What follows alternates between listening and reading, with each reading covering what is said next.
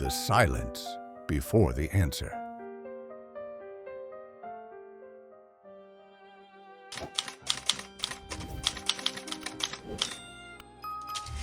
The message arrived at 9:12 a.m. No greeting, no explanation, just one sentence on Leo's phone screen. "Can we talk later?" Leo was sitting at his desk, staring at his computer. The office sounded normal. Keyboards clicking, phones buzzing, someone laughing softly near the window. But for Leo, everything suddenly felt very quiet. His shoulders tightened. His breathing became shallow. He read the message again and again. Later? How much later? About what? His mind immediately started searching for answers. Had he missed an email? Said something wrong in the meeting yesterday? Spoken too honestly? He tried to focus on his work, but the words on the screen lost their meaning. His attention kept drifting back to the phone. The meeting was scheduled for 4 p.m. That gave him almost 7 hours to think. 7 long hours.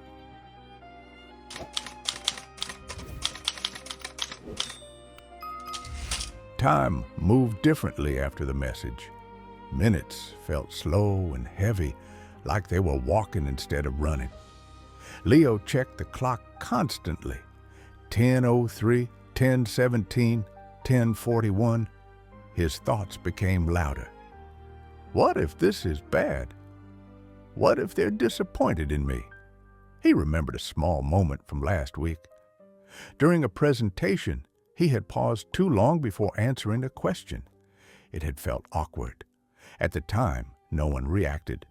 But now, his mind replayed it again and again, making it bigger each time. At lunch, Leo barely touched his food.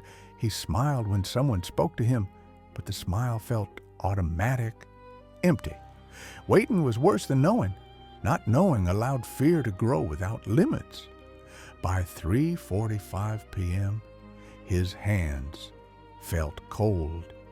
He stood up, straightened his jacket, and walked toward the meeting room, slowly, carefully, as if the floor might change beneath his feet.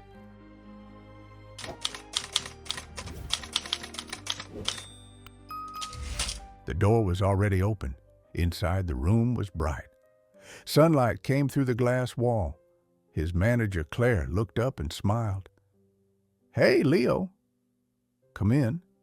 Her voice was calm, normal. He sat down, still tense. "I'll get straight to the point," Claire said. "I wanted to talk because I've noticed something." Leo nodded, saying nothing. "You've been taking on more responsibility," she continued. "You help others, you stay late when needed, and your work quality has improved a lot." Leo blinked. "I wanted to ask how you feel," she added, "and whether you're interested in growing into a bigger role." For a moment, Leo didn't speak.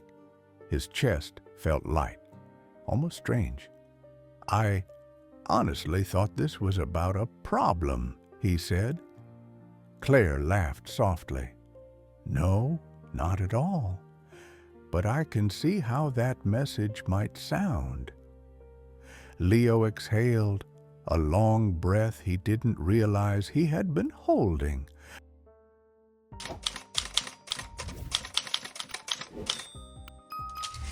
When Leo left the meeting room, the office looked the same, but it felt different.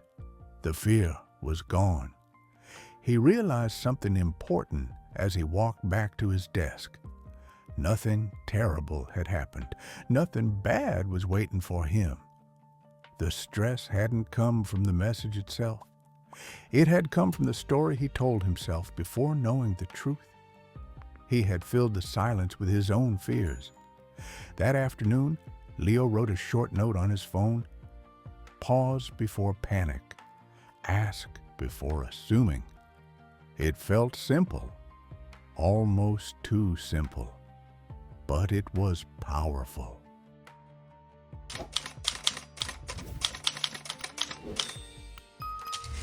2 weeks later, another message appeared on Leo's phone.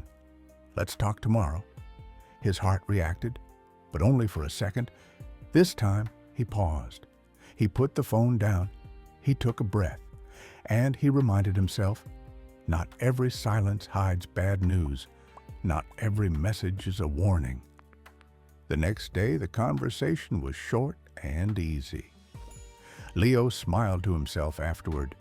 The world hadn't changed, but the way he listened to messages, to silence, to his own thoughts had, and that made all the difference.